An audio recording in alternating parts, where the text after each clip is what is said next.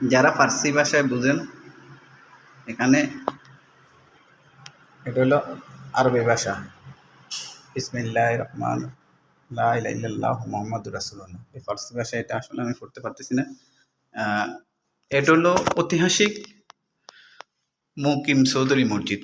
দেখেন ঐতিহাসিক মানে কি, কত প্রশস্ত করে বিল্ডিংটা করছে।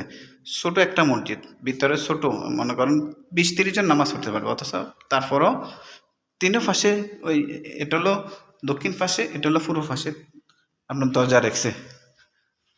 তখন তো আর ফ্যান ট্যান ছিল না, এখানে পূর্ব পাশে 3টা দরজা।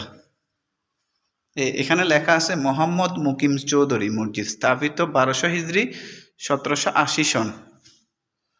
ঠিক আছে, এই দেখেন পিলারগুলা কি হেভি, কি মোটা পিলার দেখছেন।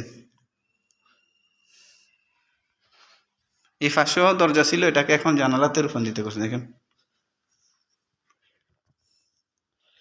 আপনার প্রশস্তটা দেখলে বুঝতে পারবেন, দেখেন কি প্রশস্ত। ঠিক আছে, কারুকাজ কি সুন্দর করে করছে। 240 বছর আগের মসজিদ। এই ফাঁসটা এটা পরবর্তীতে আপনার প্রশস্ত করছে, যখন মুসল্লি বাড়তেছে তখন আস্তে আস্তে প্রশস্ত করছে। দেখেন, অথচ মসজিদের সাবেক যেটা, এটা ওইটাই রাখে দিছে। তো এখন যে এটা দেখাবো, এটা হলো মুকিম চৌধুরী মসজিদের,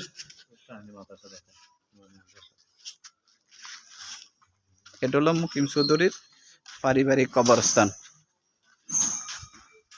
দেখেছেন, এটা হলো পারিবারিক কবরস্থান মুকিম চৌধুরীর। 1 2 3 4 5 জন পারিবারিক কবর এই কবরে আছে। আবার পাশে কিন্তু এমনি কবর আছে।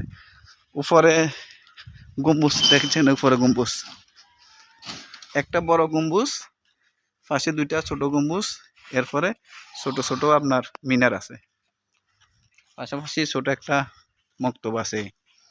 এই এটা হলো মুকিম চৌধুরীর মসজিদের জন্য যে ফুকুর দান করেছেন। আমি মোহাম্মদ নবীর ইরফান, আমার চ্যানেলের নাম হলো আলোর পথে অবিরাম 2। আমার কাজ হলো বাংলাদেশের ঐতিহাসিক মসজিদগুলোকে জনগণকে দেখানো, যে আমরা মুসলমানরা এখানে মানে যুগ যুগ ধরে এখানে বসবাস করতেছি। ঠিক আছে, এই এখন যেটা দেখাবো, এটা হলো এই গেট, মসজিদের এই গেট।